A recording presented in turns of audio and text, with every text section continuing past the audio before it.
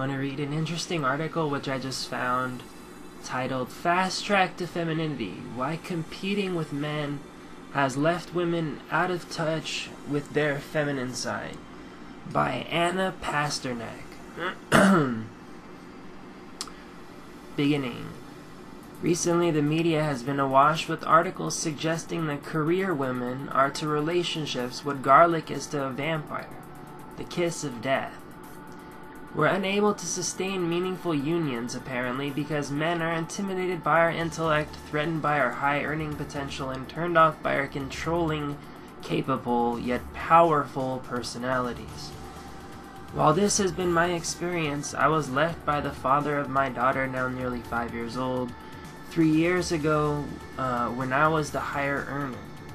I think the issue goes far deeper. It is more psychological than sociological.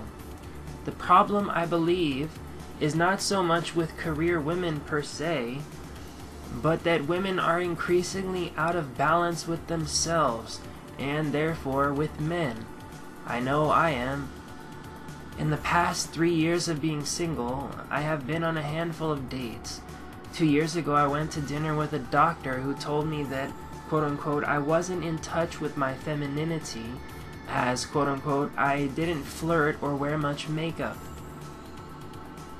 His diagnosis included the undeniable fact that I was, quote-unquote, in acute need of affection. The last straw came 4 months ago when I had dinner with a successful, high-profile entrepreneur who literally screamed at me that I was, quote-unquote, so in control it was scary. Although he did backtrack when I dropped my head towards my plate and started sobbing. As well as being hurt, I was shocked and outraged. What, I thought, had become of modern man's chivalry? But later, I grudgingly reasoned, maybe he had a point. What had become of my femininity?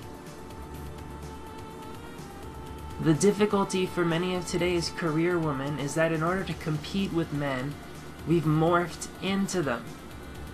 And at this point, I would disagree with her. I don't think that it's just career women.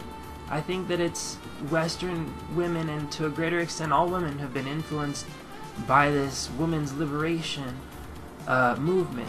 I think that it's just that society demands nowadays for you to become this kind of feminist career woman, and if you show signs of being at all like some kind of traditional sort of woman, then you're weak, you're stupid, you're letting men abuse you, you're this and that. So I disagree with her when she says that it's the reason why that women have morphed into men is to compete with them. I think that it's more sinister. I think that, you know, people who were financing the feminist movement initially, which is admittedly the Rockefeller family, says the former congressman or governor from Nevada, Aaron Russo. I think there's been a protracted case to finance the women's lib movement, quote unquote, and to break up families. The reason Aaron Russo said is so that they could tax the woman. Before that, you couldn't tax a whole segment of the population. Now you have income tax on both male and female. You have twice as much income tax revenue coming in for your corporate beast machine. So I think that there's plenty of financial incentive to say that it's not just you trying to compete. It's actually a movement that has been undermining the family since after World War II. After World War II, they got this huge influx of women workers that they could tax, that they could use for the workforce, and then they went home after World War II and they didn't like it. So that's immediately afterwards you see the women's liberation movement. And now we have this increased workforce and women are also taxed. So continuing, we've worked ourselves half to death in order to conquer the career ladder. Yet in the process, we've trampled our core femininity into the ground. These days, as a single parent and sole breadwinner, I often feel more masculine than feminine. Working full-time, making every decision, paying every bill, driving myself everywhere, booking tickets for holidays, lugging in the Christmas tree. It's all completely defeminizing. My friend Sophie, 46, who runs her own design company and is a single mother to 2 boys aged 9 and 11, agrees. She has been single for 6 years since her husband left her for another woman. Blonde, attractive, and kind, she hasn't been on a date since he walked out. I have absolutely no idea how to be a woman anymore, she says. Because I run my business, my home, and make all the decisions about the boys, I feel totally unfeminine. I mean, I think that this is kind of a victimized outlook. You wanted all this. You wanted the business. You wanted the home. You wanted all the decisions. You wanted to be the male and the female at the same time. And now you're seeing that it was wrong. And that you should allow the male to be the male sometimes. Continuing. I'm not going to put too much commentary on this because I don't want to offend anybody, but I'm just going to read it from the woman's perspective only, okay? Only from the woman's perspective. I'm terrified of dating as I have no idea how to behave. I would love a partner, but I feel unattractive, untrusting, unsexy, and completely alone.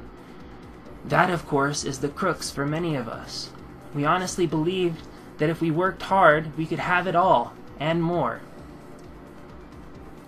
Yet many of us have ended up lonely, exhausted, and broken-hearted, with far less of what we bargained for. According to a Mintel report, 39% of the adult population is single, and this is expected to rise to 41% by 2011. Clearly, men and women are increasingly out of sync, and the key could be in learning to rebalance ourselves as women and reclaim our essential softness. So I embarked on a psychological makeover to see if I could fast-track my femininity. First, consultant stylist Kira Joliffe, who runs a company called Wardrobe Women, appraised my closet. Once she got over the shock of how few clothes I have, she immediately sussed that I compartmentalized my wardrobe. I live in jeans and shirts to write and do the school run, wear nicer tops to work meetings, and have a couple of dresses for going out. But as I rarely go out, the more elegant clothes hardly get worn.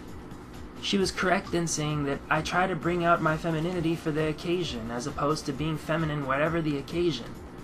My homework was to mix up my wardrobe, ditch my beloved chunky loafers, and not save smarter clothes for some mythical special occasion. Femininity is about an internal experience with yourself, and clothes are about the external appearance. She explained. But your clothes can be a tool to remind you of it, a way of tapping into the essence of who you are. This has nothing to do with showing cleavage, for example, as there is nothing less sexy than enforced femininity. Femininity is all about being relaxed with yourself. The problem for the career woman, according to Joliffe, is that in the corporate world, women often use dress as an armor. They overdo their hair and makeup, and then it becomes difficult to drop the armor, both sartorially and emotionally, for a date. But to equate femininity with florals and chiffon is childish and simplistic, she cautioned. To suddenly wear floaty tops in the office smacks of trying too hard. Capital WAGs, for example, I don't know what WAGs are the antithesis of femininity because they reek of desperation. Artifice is the least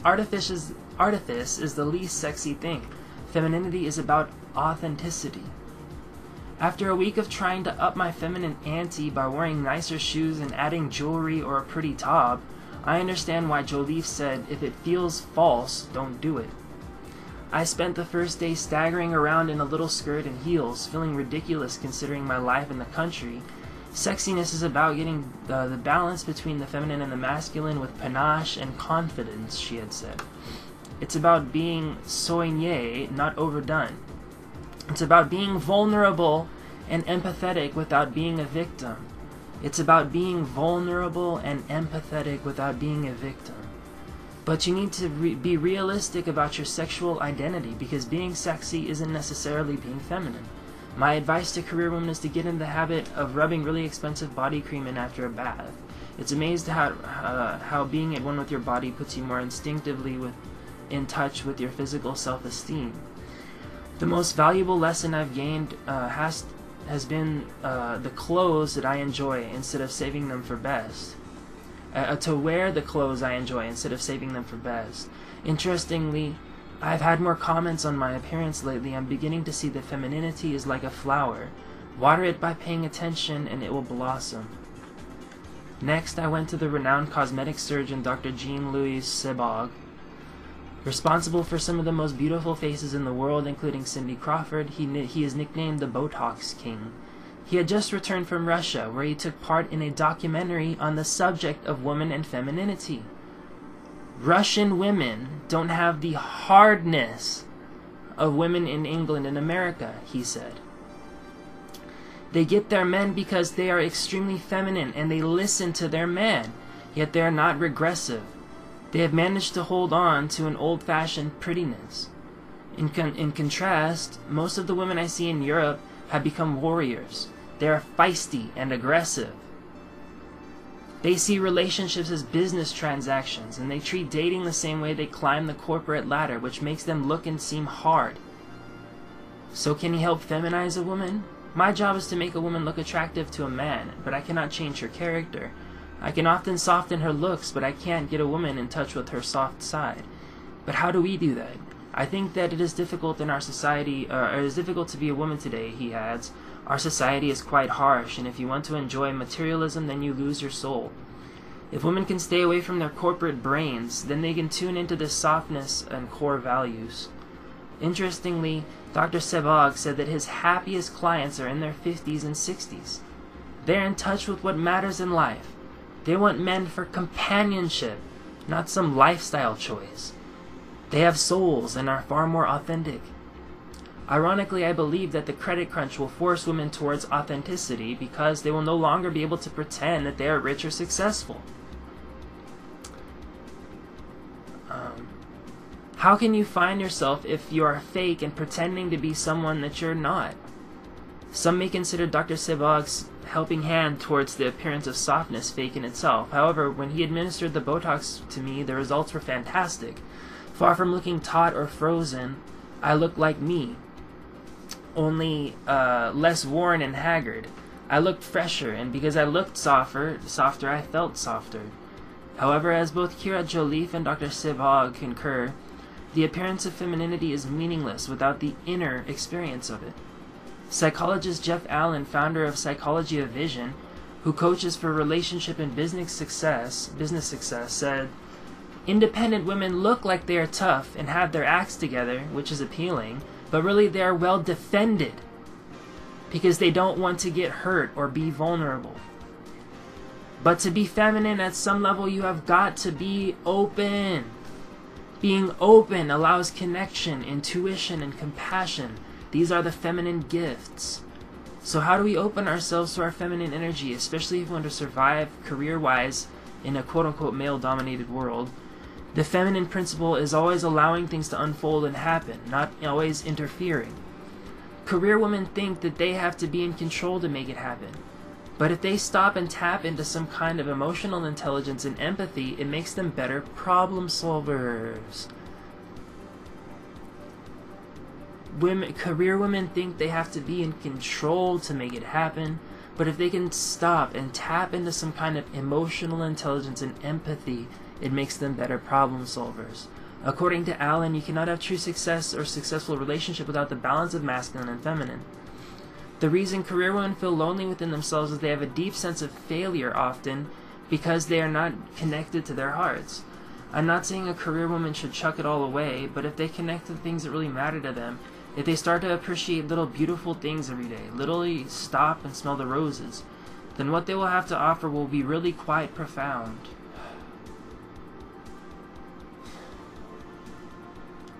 Allen also says we must stop competing with men, especially in relationships, as competition is totally destructive. Can I read that again, please, ladies? Allen said we must stop competing with men, especially in relationships, as competition is totally destructive. Competition is destructive. Researching this article, I feel that I have undergone a subtle yet seismic change. I can see that being feminine is about allowing oneself to yield more allowing oneself to yield more and control less. 2 nights ago, I went to a dinner with a male friend, and for the first time in years, I looked more feminine, acted more feminine, and crucially felt more feminine. Not in a simpering way, but with a profound realization that being able to show vulnerability is not a female weakness, but a sign of a woman's strength. Thank you.